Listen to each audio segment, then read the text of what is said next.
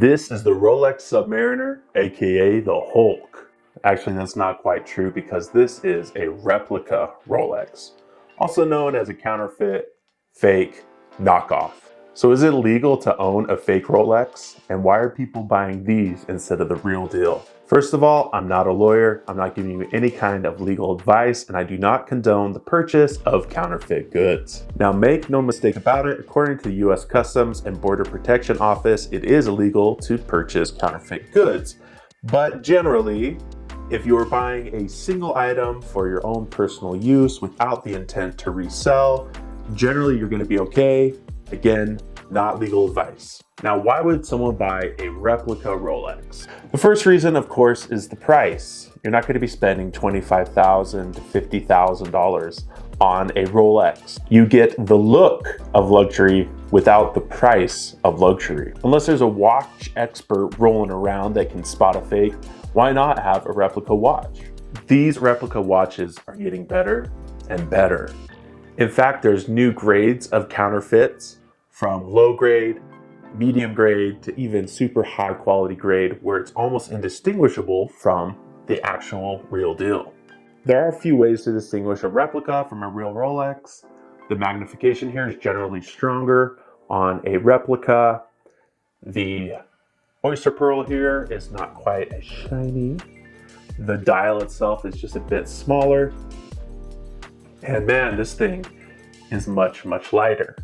But you can see that they've used the Rolex crown on the face, on the clasp, and on the back of the watch. Now this is about a medium quality replica.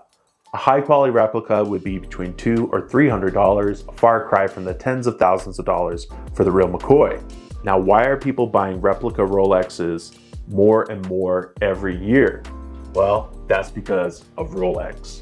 Now, there are far better channels than mine to talk about luxury watch brands and the hoops you have to jump through to actually get a watch from these companies. But in general, if you're not a high-level athlete or celebrity or someone that's greased the palms of a Rolex dealer, chances are you're not going to be able to walk into a Rolex store and purchase a Rolex watch. Here's the typical Rolex experience. You go into a Rolex dealer, you wait for 30 minutes to talk to anyone there, only to be told that there's no Rolexes actually for sale and they'll have to call you back. Even the ones in the display are just for display. So you might visit some other dealers, be told you need to build a relationship with them by purchasing some other watches, spend 12 to 15K on other watches just to get the high honor and glory of even being on the list for a Rolex.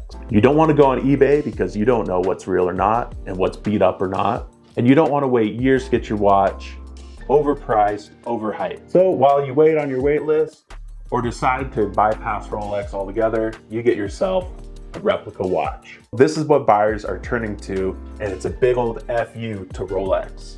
So I did receive my replica Rolex as a gift. I'm not going to tell you where you can actually buy one. To be honest, I don't actually wear this watch around. It was more of a gag gift. I get too worried that someone's gonna see it and ask about it and realize it's fake, but that's just me. And again, this is not the highest quality impression or replica of a Rolex watch. Maybe if I had one of those, I would wear it more day to day. A lot of people will say these are cheap knockoffs. They won't hold time, they're not water resistant. Well, that has really changed. In fact, real Rolexes do not hold their time. And as these watches continue to get better and better, more people are going to buy these instead of Rolex. Now, I'm sure Rolex is using a marketing ploy called exclusivity, where they are really throttling down on the availability of the watch in order to drive more demand and scarcity around it. Beats by Dre had a similar tactic. They would send limited quantities of their headphones to stores to make it appear as if they were always sold out and in demand. They would put the ones they did have behind locked doors, locked glass, to make it look like these were the hottest ticket item. And by making a Rolex inaccessible by the common man, it elevates the status of Rolex to more for celebrities, high-profile public figures, athletes, etc. But if you don't want to play Rolex's stupid games, stick it to the man, then why not go with the $200 replica Rolex? And with replicas getting better and better every year, is this the best way to clap back against Rolex's ridiculous business practices? Let me know in the comments down below if you would rock a replica Rolex. And be sure to subscribe for more EDC vibes.